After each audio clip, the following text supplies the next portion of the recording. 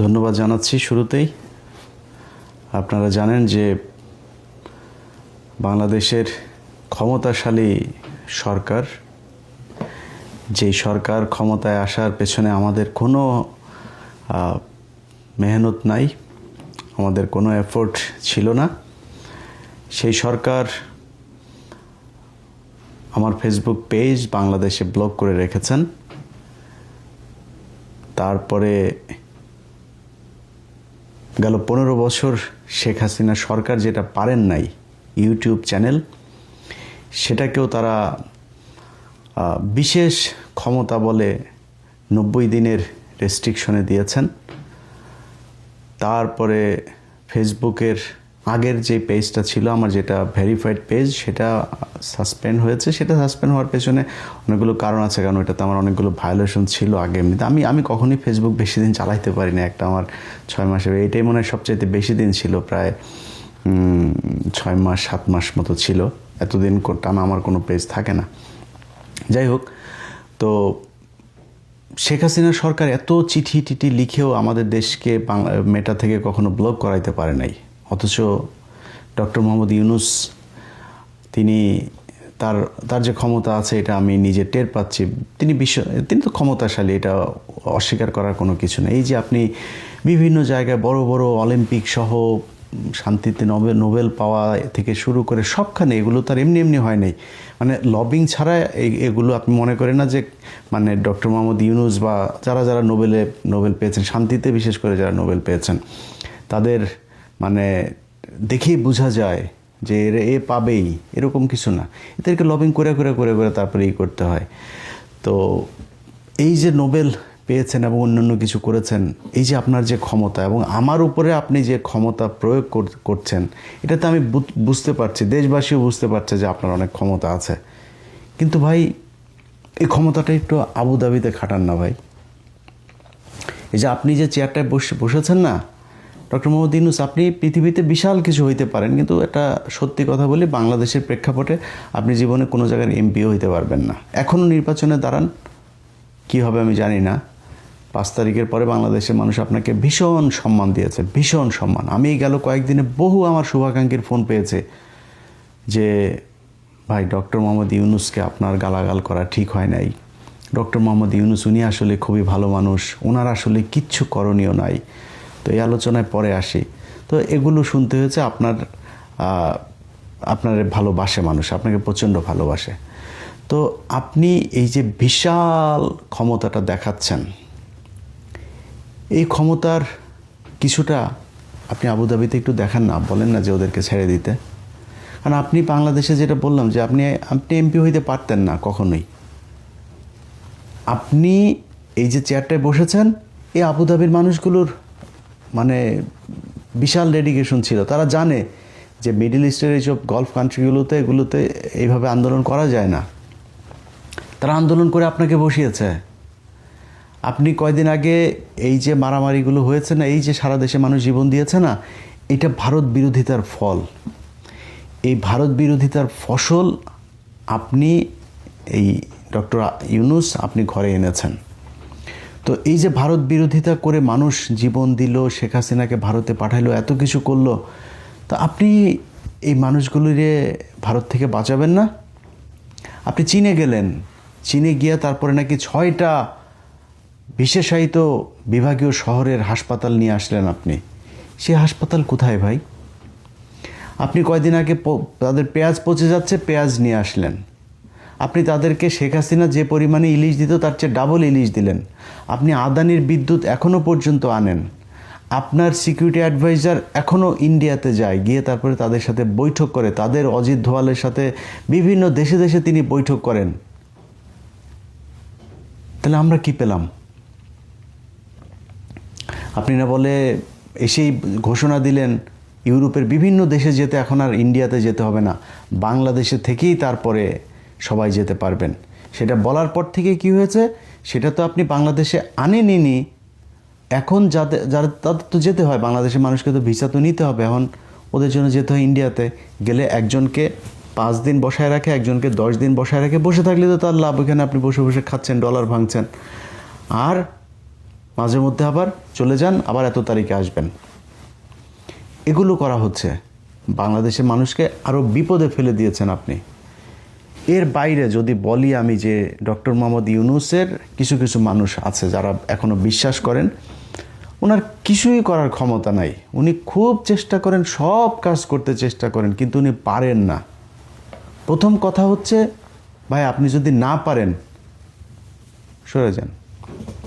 আপনারা কেউ পায়ে ধরে এখানে না বসায় নাই তো যে ভাই আপনি এখানে বসে থাকতেই হবে, না থাকলে আপনারা জেলে ঢুকাবে। আপনি সারা জীবন বাইরে বাইরে ছিলেন, আপনি বাইরে থাকেন বা দেশে থাকেন, যেখানে মন চায় থাকেন। আপনি এই যে আজকে প্রথম আলো, ডেইলি স্টার, মেইলি স্টার এত কিছু নিয়ে এত কথা হচ্ছে, এই দেশে ৭১ টিভি জ্বালায় দেয়নি। এই দেশে এই ৫ তারিখের পরের ঘটনাই বলি, আগেরগুলো সংগ্রাম, তারপরে দিগন্ত, এগুলো তো হয়েছেই। ৫ তারিখের পরে এই সময় টিভিতে বিএনপির লোকজন যায় হামলা করে নাই, কিছু হয়েছে নাকি? সংবাদ মাধ্যম নাকি বাংলাদেশে এই প্রথম আলো আর ডেইলি স্টার। এখন কেন এত আলোচনা হচ্ছে? কারণ এখন তো বিপ্লব নাই।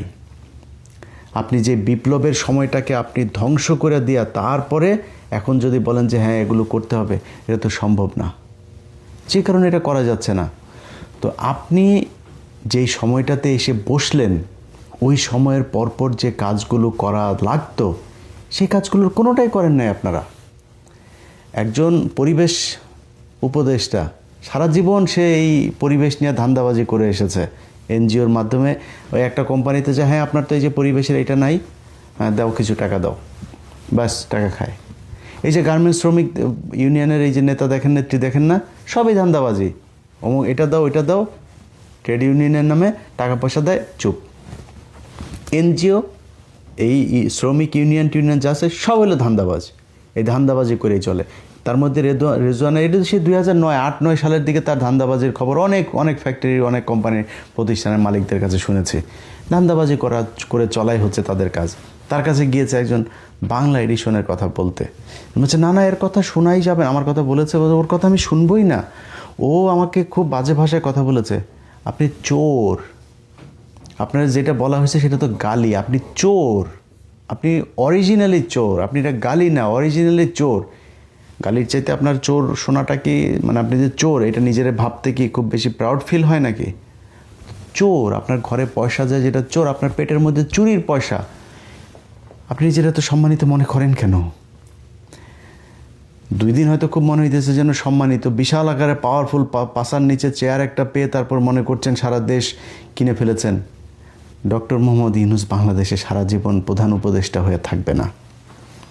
অতএব কথাবার্তা খুব, কাজকর্ম খুব হিসাব করে বলতে হবে। কে কোন সচিবের আর কোন চেয়ারে বসে কি করছে এগুলো আমাদের মনে থাকবে। বাংলা এডিশন বন্ধ করে দিয়া, আমাদের ফেসবুক, ইউটিউব সব বন্ধ করে দিয়া কয়টা নেবেন? 1 মিলিয়ন, 2 মিলিয়ন আপনি কয়টা নেবেন? রাতারাতি তৈরি হবে, চলে আসবে, আল্লাহ ব্যবস্থা করে দিবে। এভাবে আটকানো যাবে না। শেখ হাসিনা আমাদেরকে পাঠায় নেই, আটকাইতে পারেনি, আপনারা আটকায় দিবেন? কিছু বললেই বিএনপি কিছু করতে দেয় না, আর ওয়াকার কিছু করতে দেয় না। প্রথম হইল কি 2025 সালের জুন মাসে আমাদের সাথে বৈঠক করলো তিনার নিরাপত্তা উপদেষ্টা খলিল সাহেব। আচ্ছা, ডক্টর মোহাম্মদ ইউনূসের মেসেজে উনি যেটা বলবে সেটাই হচ্ছে ওনার মেসেজ। তো মেসেজে কি, আগস্টের 5 তারিখ থেকে ওয়াকার, 15 তারিখের মধ্যে ওয়াকারকে ফেলাই দিব, এই জেনারেলকে ফেলাই দিব, আপনাদেরকে এইভাবে করতে হবে, ওরা এই জায়গায় আমাদেরকে এই বাধা দিচ্ছে। আমরা তো ভাই বুক ভরে গেছে যে দেশপ্রেমের জন্য জীবন দিয়ে দিব ভাই। ওয়াকার যেহেতু এটা চায় না, আর আমাদের ইউনূস সরকার এটা চায়, ইউনূসের জন্য জীবন দিয়ে দিব ভাই। আজকের এই ভিডিও যখন আপনি দেখছেন তার আগ পর্যন্ত এই 1.5 বছরে আমার চ্যানেলে আমি অন্তত 10টা ভিডিওতে এই ডক্টর মোহাম্মদ ইউনূসের প্রশংসা করেছি। আজকে কেন ডক্টর মোহাম্মদ ইউনূসের বিরুদ্ধে গেলাম? ডক্টর মোহাম্মদ ইউনূস ক্ষমতায় আসার পর থেকে আপনাদের মনে নাই আনসার লীগ, রিক্সা লীগ, হিন্দু লীগ, ইসকন লীগ, নানান লীগ এসে রাস্তায় নেমেছিল। আমি ইলিয়াস আমার জায়গা থেকে সর্বোচ্চ ডক্টর মোহাম্মদ ইউনূসের পক্ষে কথা বলেছে। আজকের যেই চেহারাটা আমাদের দেখছেন, এটা একদিন আর 2 দিনে হয় নাই। একটার পর একটা জিনিস দেখছি, চেষ্টা করছি সেগুলো সমাধান করার, কোনো কিছু হয় না। আমাদেরকে জুন মাসে বলল যে এই জিনিসগুলো আমরা করতে চাচ্ছি একদম ইন্ডিয়ার বিরুদ্ধে বিশাল আকারের এই যে এত বিশাল বাটপারি যে খলিল, এটা আমি জানতাম না। পরে আসতে তার সাথে সেদিন কথা বলে তো ভাই বিশ্বাস করেন মনে হলো যে আল্লাহ আমাদেরকে একটা ফেরেশতা পাঠিয়েছে ইন্ডিয়ার হাত থেকে বাঁচার জন্য। কাজ করতে থাকলাম, ধুয়ে ফেললাম ওয়াকার সহ জেনারেলদেরকে। ও মা, উনি যায় দেখি অজিত দাওয়ালের সাথে বৈঠক করেন। উনি বিভিন্ন, আমি অন্তত 5 জন আমাকে বলেছেন যে তারেক রহমানের সাথে খুবই ক্লোজ যারা, এই খলিল তারেক রহমানের সাথে একটু বসতে চায়, একটু সময় চায়। এত আত্মকেন্দ্রিক স্বার্থপর দুইজনই, ডক্টর ইউনূস খলিল দুইটাই প্রচণ্ড স্বার্থপর। এরা কোনো নিজের চেয়ার থেকে সরতে চায় না, এরা সম্মান চায়, খালি নিজের নিয়ে সবাই করবে, সারা দুনিয়ায় ঘুরে ঘুরে এগুলোই চেয়েছে, এখনও তারা ওইটাই চায়। ভাই আপনাদের হাতে যেই সুযোগ পেয়েছেন, কিছু বললেই তারেক রহমান এটা করতে দেয় না, বিএনপি এটা করতে দেয় না, আর ওয়াকার এটা করতে দেয় না, সব দোষ তাদের। আরে তারেক রহমান লন্ডনে বসে থেকে যে পরিমাণে বিএনপির লোককে চাঁদাবাজির অভিযোগে বহিষ্কার করেছে, আপনি দেশে থেকে কি করেছেন? দেশে থেকে এখন পর্যন্ত আপনি বিএনপির একটা লোককে জেলে নিতে পেরেছেন? কিংবা যারা যেই চাঁদাবাজি করুক, কোনো চাঁদাবাজকে আপনি জেলে নিতে পেরেছেন? আপনি ইচ্ছা করে এই বিশৃঙ্খলা তৈরি করেছেন যাতে বিএনপির জনপ্রিয়তা নষ্ট হয়। জনপ্রিয়তা নষ্ট হলে আপনার দিকে ঝুঁকবে মানুষ, আপনি একটা বিশাল কিছু, আপনার কিছু সাঙ্গপাঙ্গ নিয়ে, এই যে খোদাবক্স সুদাবক্স কয়েকটা সাঙ্গপাঙ্গ চোর বাটপার নিয়ে আপনি একটা মানে এনজিওগ্রাম সরকার বানিয়ে বসে আছেন, এটা দিয়ে আপনি দেশ চালাচ্ছেন। কিছু বললে আমার ক্ষমতা নেই, আরে বাবারে কি কান্নাকাটি। আরে ভাই হাদি মারা গিয়েছে, আপনি জানাজার ওইখানে গিয়েছেন, জানাজার ওইখানে গিয়ে আপনি শেক্সপিয়ারের কবিতা পড়েন, আকাশে বাতাসে কি মানে কি কি কি মানে শুনলে চোখ দিয়ে পানি চলে আসে। হাদি তোমাকে আমরা বিদায় জানাতে আসিনি, হাদি তুমি আছো আমার বুকের ভেতরে। আরে মিয়া, আপনার কাছে এটা শুনতে চাইছেন? আপনি মিয়া রাষ্ট্রের প্রধান, আপনি বিচার করবেন আসামি কোথায়, আপনি সে আসামি দেবেন, বলে আসবেন যে এতক্ষণের মধ্যে পুলিশকে এটা ধরতে হবে, স্বরাষ্ট্রমন্ত্রীকে এই আসামি ধরতে হবে, না হলে স্বরাষ্ট্রমন্ত্রী বাদ। আপনি যা সেখানে কবিতা পড়েন, কান দেন, এটার জন্য আপনি রাষ্ট্রের প্রধান? আপনি কিছুই পারেন না, তো কিছুই যদি না পারেন ভাই সরেন, আপনার থাকতে বলছে কে? আপনি এখানে থাইকে এই যে বিপ্লবটা যে ধ্বংস করে দিলেন, এখন কালকে বিএনপি ধরেন ক্ষমতায় আসবে, কালকে বিএনপি ক্ষমতায় এসে কী পাবে? একটা দেশের মধ্যে চোর বাটপার সব এগুলি দেয়া দেশ ভরা, তো কী করবে বিএনপি? 2 বছর পরে তারা কান্নাকাটি শুরু করবে যে দেশ তো চালাইতে পারছে না, চোর বাটপার সব আপনি রেখে দিয়ে গেছেন। আরে ভাই একটা বিপ্লব হওয়ার পরে এত 2,500 মানুষকে চোখের সামনে মেরে ফেললো, ভিজুয়ালি সব কিছু দেখা যায়, আপনি আওয়ামী লীগের লোকজন বসে আছে, আপনার বসানোই তো, খোদা বক্স আপনার বসানো, আপনি এইটুক পারেন নাই যে আওয়ামী লীগের এই যে যারা হয়েছে, নিহত হয়েছে, এই মামলাগুলো হয়েছে, মামলার আসামিদেরকে সব ধরতে হবে, পারেন না আপনি এই অর্ডারটা দিতে? আপনি করেন না। আপনি হাদি মারা গেল, আরে ভাই 7টা দিন ছেলেটা এইভাবে পড়ে থাকলো, আপনি 7টা দিনের ভেতরে তাকে আসামিগুলো ধরতে পারলেন না। হাদি কি দেশে হাজার হাজার নাকি? এগুলো শতাব্দীতে 1বার 2বার আসে, তা আপনি তারে হারায় ফেললেন আপনাদের ভুলের কারণে, আপনি তাদের ধরতে পারলেন না। বিদেশে পুলিশ চাইলে এটা ধরতে পারে না। ইউনূস সরকারের অনেকে এটার সাথে জড়িত, যেই কারণে তাকে ধরা যায়নি। আমি যতটুকু জানি সে এখন পর্যন্ত দেশে আছে, তাকে ধরা হচ্ছে না, ধরা হবে না। এই যে এখন ইনকিলাব মঞ্চ আবার নতুন করে তারা রাস্তায় নেমেছে, এটার জন্য কারোর কোনো ভ্রুক্ষেপ নাই। এনসিপি খুলনাতে তাদের একটা ছেলে মারা গিয়েছে, আমি 2 দিন আগে ফেসবুকে ঢুকলাম, হাসনাত খালি একটা পোস্ট করেছে, এর বাইরে সার্জিস, নাহিদ, আসিফ ওই ছেলেটারা নিয়ে কিছুই বলে নাই, তাদের দরকার নাই, যার মতো শেষে সুন্দরভাবে ঘর সংসার করছে। এই বিপ্লবটা ধরেন এখন তারা এগুলি বিপ্লবের বলে এগুলি মব, এগুলি নাকি মব, এটা নিয়ে করা যাবে না, কারণ যেভাবে আছে খাচ্ছে, সুন্দরভাবে খাচ্ছে যাচ্ছে। এই যে এতগুলি পোলাপানির রক্ত বেচা, যে তারা যে এই ছাত্রনেতা হলো নতুন নতুন পাঞ্জাবি আর পারফিউম পরে যে তারপরে প্রথম আলো পরিদর্শনে যায়, তাদের একটা জিনিস বোঝা উচিত যে আপনাদের দায়িত্ব এইটা না। আপনি 2 দিন পরে সংসদে যাবেন, আর শেষ আপনার আপনি সংসদে না, আপনি যান না, কয়েকদিন পরে তো আপনি যার সাথেই যান, যে কোনো দলের সাথে আপনি করবেন না করে যদি আপনি যান, তাহলে তো ভোট চাইতেও যাইতে পারবেন না, জেনে যাবেন ওই নাম পিটানি খাবেন। আর যদি কোনো দলের সাথে হয়েও যান, মনে করেন কালকে আপনি বিএনপির সাথে হয়ে গেলেন, বিএনপির যে লোকটাই 15 বছর ওইখানে কষ্ট করেছে, পরিশ্রম করেছে, অর্থ করেছে, জেল খেটেছে, সে লোক আপনারা ছেড়ে দিবে? সে প্রথম কথা হচ্ছে সে স্বতন্ত্র হিসাবে দাঁড়াবে, পাশ করতে যদি নাও পারে তারপরেও আপনার ওইখানে এমপি থাকতে দিবে না। আপনি শান্তিতে ওইখানে যাইতে পারবেন না। ঢাকায় বসে বসে খালি ওই মাসে মাসে ভাতাটা নেবেন, গাড়িতে চড়বেন, সংসদে যাবেন, একটু ভাবসাব নিয়ে পারফিউম টারফিউম দিয়ে ঘুরবেন, এমপি সাহেব হবেন। এই জীবনে শেষ, এইটাই শেষ। এরপরে আর জীবনে কোনো সুযোগ পাবেন না। ইউনিয়নের মেম্বার হওয়ার সুযোগও জীবনে পাবেন না। এখন যারা যারা এই যে ইউনুসের চেয়ারে বিক্রি করে যারা যারা বিশাল আকারে ভাবসাব নিয়ে আছেন না, স্বরাষ্ট্রমন্ত্রী টন্ত্রী আরও বিভিন্ন জন থেকে আমরা তো খবর রাখি। আপনার পাশের চেয়ারের লোকই আমাদেরকে ভাই সব জানায়, কে কে আমার বাংলা এডিশনের চিঠি ইস্যু করেন, কে কে কী করেন। বাংলা এডিশন ইলিয়াস না, ইলিয়াসকে বাংলা এডিশন তৈরি করে নাই। এই ইলিয়াস হইতে বহুত কষ্ট করতে হয়েছে, বহুত পরিশ্রম করতে হয়েছে, বহু এই নির্যাতন সহ্য করে তারপরে ইলিয়াস হুসাইন হইতে হয়েছে। এত সহজে ইলিয়াস হুসাইন হয় নাই। আপনি আমার 2 দিনে লাথি মারা ফেসবুক বন্ধ করে দেয়, তারপরে করে দেবেন। আর ফেসবুক তৈরি হবে ইনশাআল্লাহ। ওদের মাসে মাসে সপ্তাহে সপ্তাহে দিনে দিনে ফেসবুক ইউটিউব তৈরি হবে। আমরা কি দেশে ভাইসে আসছি নাকি আপনি এখান থেকে করে দিবেন? অতএব আমরা সরকারকে যেটা বলতে চাই যে ভাই আপনাদের হাতে এখনও সময় আছে। ডক্টর ইউনূস আপনাকে এখনও দেশের মানুষ ভালোবাসে, প্রচণ্ড ভালোবাসে আপনাকে, আপনার দিকে তাকিয়ে আছে। আপনি শেষ পর্যন্ত একটা কিছু করে দিয়ে যাবেন এই দেশটার।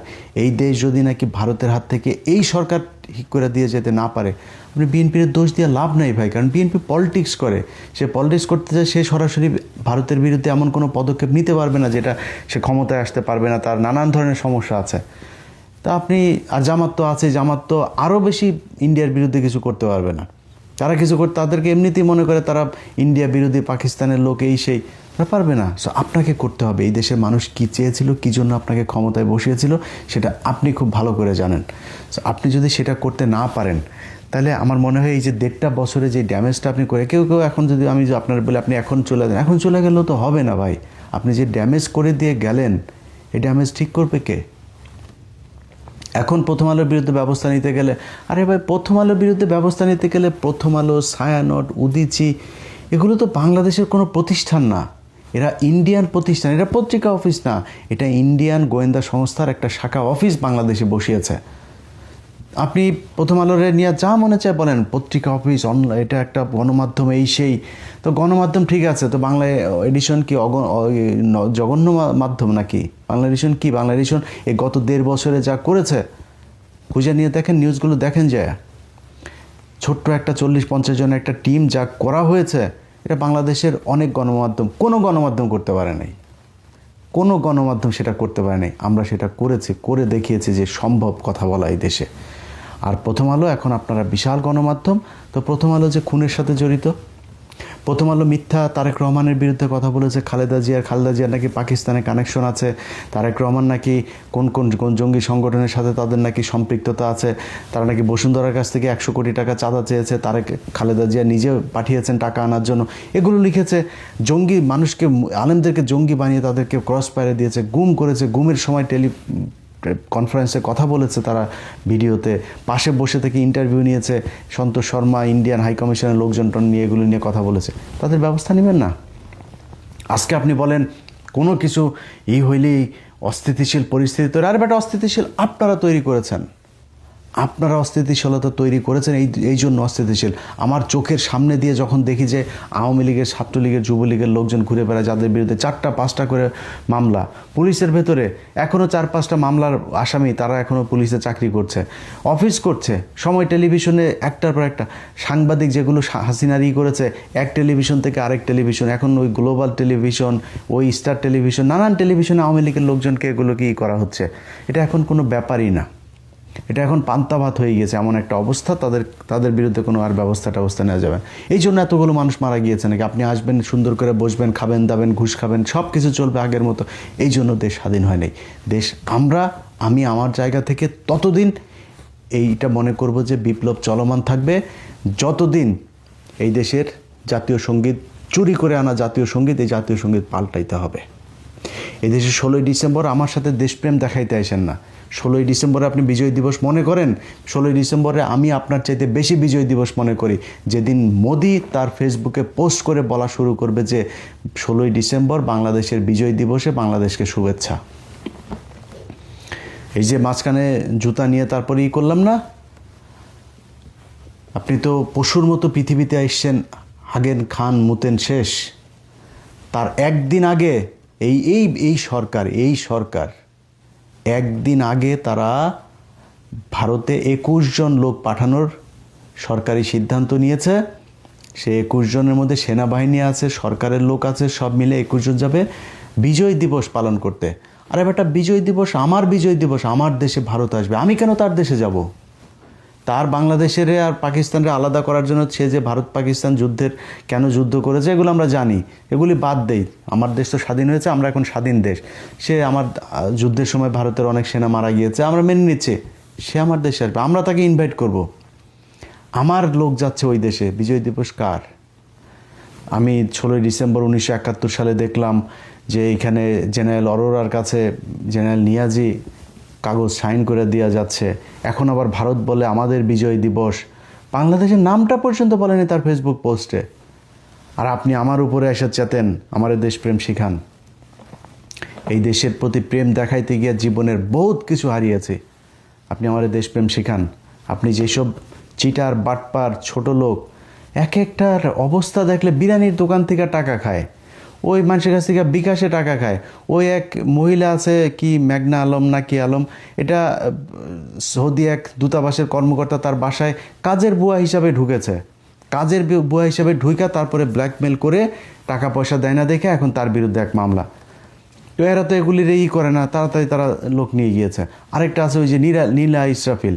এই নীলা ইসরাফিল কি করেছে, এই হাসান আরেফ ভদ্র একটা লোক, আমার রাত 3টা 4টা সারাদিন আমার কাছে ওগুলি এখনও হিস্ট্রিতে আছে হোয়াটসঅ্যাপে। ওরে বলি না আমার সাথে চ্যালেঞ্জ করতে, আমার হোয়াটসঅ্যাপে আছে।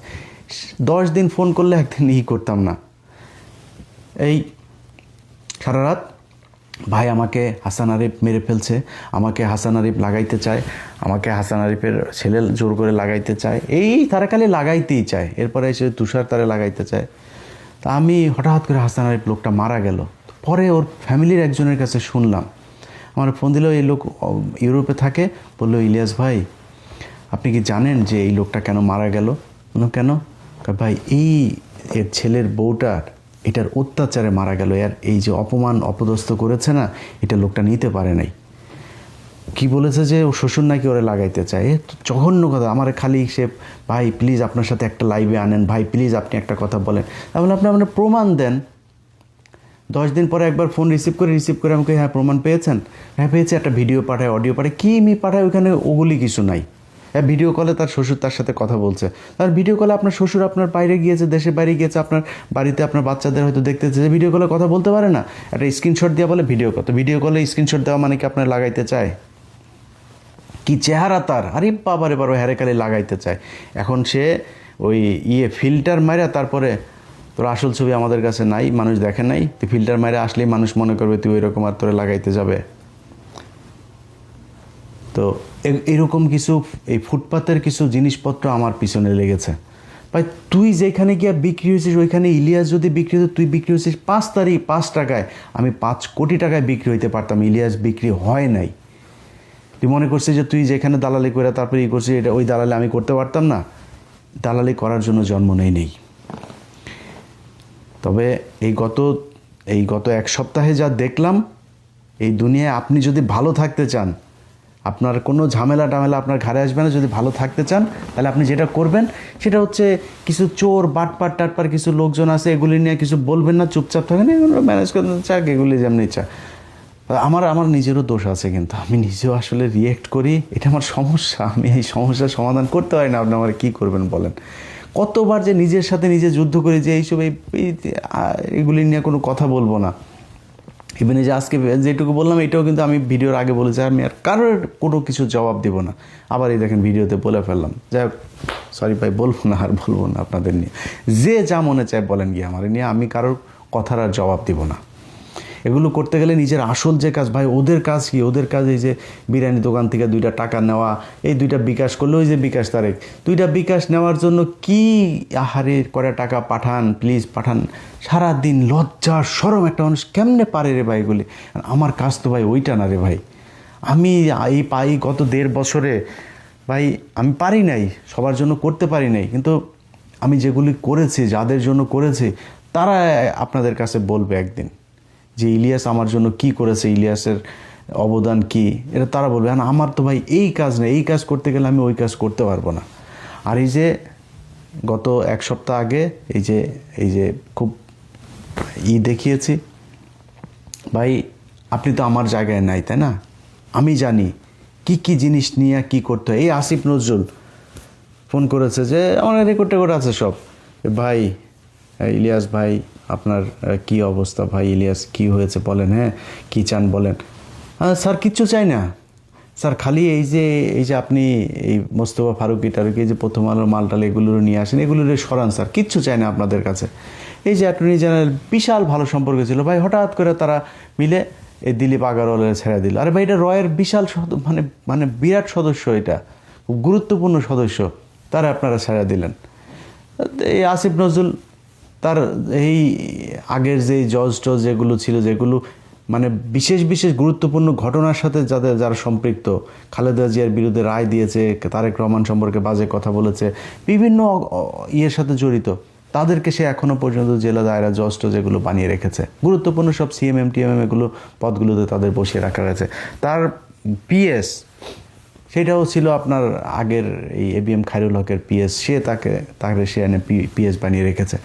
তো অনেকের সাথেই ভাই খুব ভালো সম্পর্ক ছিল। এই যে এখন যাদের নিয়ে কথা, এই যে সালাউদ্দিনরা জিজ্ঞেস করেন যে সালাউদ্দিন ইন্ডিয়াতে থাকতে আমার সাথে ঘন্টার পর ঘন্টা এই সালাউদ্দিনের সাথে কথা হইতো, ইলিয়াস এইটা এইভাবে করতো, ভালো মনে করতাম। তো ও মা পরে দেখি যে ও মা এখানে এসে সে এর বিরুদ্ধে কোনো অভিযোগ করে না, তারপরে এসালম এগুলি এগুলি করলে ভাই আপনাদের সাথে আমরা মিলে থাকবো কেমনে?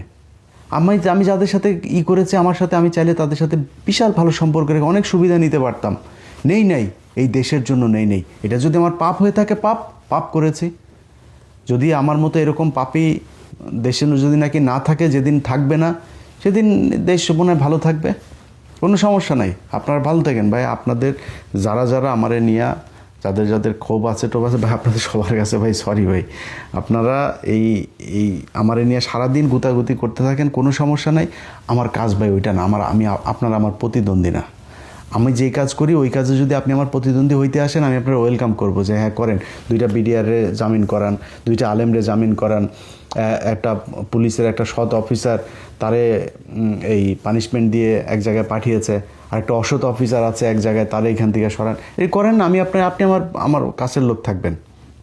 আপনি বিএনপির আমি লোকেদের বিরুদ্ধে কথা বলি না, বিএনপির সব লোককে আমার বিরুদ্ধে, বিএনপির সব লোকের বিরুদ্ধে আমি কথা বলি। আমার মুখ থেকে এখন পর্যন্ত তারেক রহমানের নিয়ে কোনো বাজে কথা শুনেছেন? কেন বলি নাই? কারণ ভাই আমি বিএনপির তার বিরুদ্ধেই বলি। আমি মানে তারেক রহমানের চাইতে তো আমার সালাউদ্দিনের সাথে বেশি ভালো সম্পর্ক ছিল। আমি সালাউদ্দিনের সাথে যদি ভালো সম্পর্ক রাখতাম, আমি বিএনপিতে এমন কি আছে যেটা পাইতাম না? জানতাম তো, সবই করতে পারতাম। তো রাখি নাই কেন? কারণ ইন্ডিয়া কানেকশন আছে এই জন্য। আমার টার্গেট ভাই একটাই, আমার এই বাংলাদেশে আমি পলিটিক্স করি আর আমি সাংবাদিকতা করি, আমার যেইটাই করি মনে করেন ইউটিউবার হই আর টিকটকার হই আর ফেসবুকার হই, যেইটাই হই ভাই, আমার রক্তের গ্রুপ ইন্ডিয়া নেগেটিভ। আমার এই ইন্ডিয়ার সাথে আমি কোনো আপোষ করতে পারবো না, সেটাই করছি, সেভাবেই চলছি। দোয়া করেন সবাই, আল্লাহ যেন এই দেশটাকে ভারতের হাত থেকে বাঁচায়। এবং ডক্টর মোহাম্মদ ইউনূস আপনাকে আবারও সবশেষ বলে যায় একটা কথা, ভাই আপনাকে মানুষ এই বাংলাদেশে আরেক বাটপারকে মানুষ ভালোবাসা দিয়েছিল, শেখ মুজিবকে। ওই বাটপার 4 বছরে মানুষকে এমন জ্বালাইছে, মানুষ মিষ্টি খেয়েছে সে মারা যাওয়ার পরে। সো আপনারও মানুষ প্রচণ্ড ভালোবাসে, কিন্তু ভাই খালি কথা না, খালি সুন্দর করে কথা বলে দিয়ে আপনি সব কিছু ঠিক করে দেবেন। আপনি যাওয়ার পরের দিন কিন্তু আমরা সব কিছু হিসাব করব যে স্যার কি করে দিয়ে গেলেন। যদি আপনার কারণে, আপনার এই লোকগুলোর কারণে, চোর বাটপারদের কারণে যদি নাকি দেশটা বিপদে পড়ে, এটার জন্য বাংলাদেশের মানুষ আপনাকে ক্ষমা করবে না। আপনাকে সারা জীবনে এই গ্লানি সহ্য করতে হবে। আর যদি আসলেই ভালো কিছু একটা করে দিয়ে যান, কারা কত বিশাল ক্ষমতাশালী আমরা দেখতে চান, আপনার পিছনে থেকে মানুষ যুদ্ধ করার জন্য প্রস্তুত আছে। আপনি ডাক দিয়েন যে আমি এই করতে পারছি না, আপনি বলেন খালি। আপনি না বললে যদি নাকি আপনি নিজেই চোর বাটপারদেরকে সামনে বসায় রেখে তারপরে বলেন আপনি কিছু করতে পারেন না, এটা তো আমরা বিশ্বাস করব না। কারণ আপনি সরকারের থেকে আপনি চাঁদাবাজদের ধরেন না, বিএনপিতে যে কজন চাঁদাবাজ আছে তারেক রহমান লন্ডনে বসে তাদেরকে বহিষ্কার করতে পারে, তো আপনি দেশে থেকে পারেন না কেন? এই কাজগুলো আপনাকে করতে হবে ভাই। যদি না করেন তাইলে আমার মনে হয় এই বিপ্লবের যেই দায়ভার, যে ব্যর্থতার যে দায়ভার, এই দায়ভারের জন্য আপনি নিজেও দায়ী থাকবেন। ভালো থাকবেন।